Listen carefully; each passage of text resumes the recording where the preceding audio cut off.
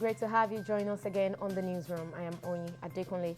The All Progressives Congress APC says it will at the appropriate time come up with a consensus presidential candidate that will fly its flag in the 2023 general election. The National Secretary of the APC Caretaker and Extraordinary Convention Planning Committee, John Akpanu-Adoh-Edehe, disclosed this in a statement issued on Tuesday in Abuja. It comes after the opposition People's Democratic Party, PDP, alleged that President Muhammadu Buhari has a self-succession plan. Reacting to this, Akpanu-Adoh-Edehe said the APC is a disciplined party and it will not allow individual ambitions derail the Buhari administration ahead of the 2023 presidential election. The Chief of Defense Staff, General Lucky Irabor, will on Thursday pay a visit to Imo State.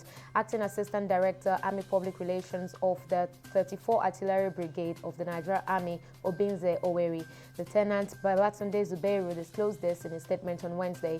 Zubeiru said the CDS would be holding a security meeting with retired senior military officers in the Southwest Geopolitical Zone. The visit is in continuation of the Chief of Defense Staff's interaction with retired senior military officers in all geopolitical zones in the country. An unknown gunmen have abducted a 38-year-old man in Kiyawa local government area of Jigawa State.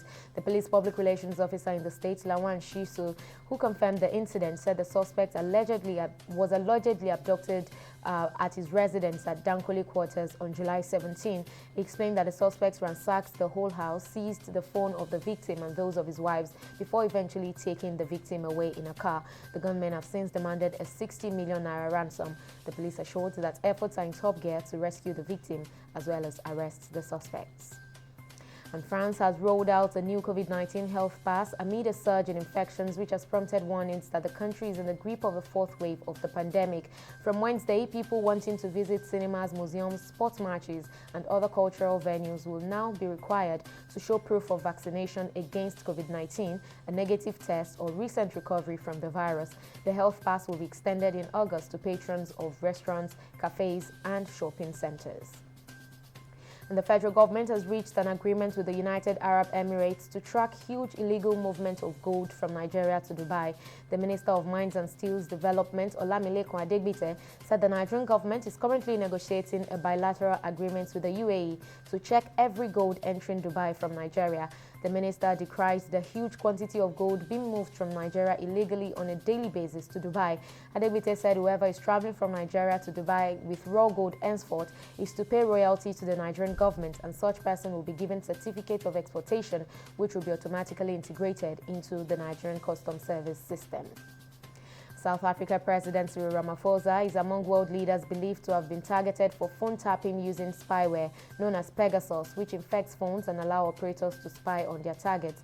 Its leaked database is said to include the mobile phone numbers of at least a dozen of heads of states and governments believed to be of interest to clients of Israeli-based NSO Group, the makers of Pegasus. They include French President Emmanuel Macron, President Barham Salih of Iraq, and the King of Morocco. The NSO Group, however, denied wrongdoing and said it sold the equipment only to vetted governments to combat crime and terrorism. Brisbane has won the right to host the Olympic Games in 2032, becoming the third Australian city to host the Summer Games after Melbourne and Sydney. International Olympic Committee President Thomas Bach confirmed the widely expected result after a vote at the IOC session in Tokyo. The 80 IOC delegates in Tokyo voted 72-5 in favor of Brisbane, with 3 absentations. Brisbane's experience in handling major events, a high percentage of existing venues, and favorable weather were among the attributes that helped convince the IOC to award the city the Games. And that's the latest update on the newsroom at this time. Please join us again at the top of the hour for more.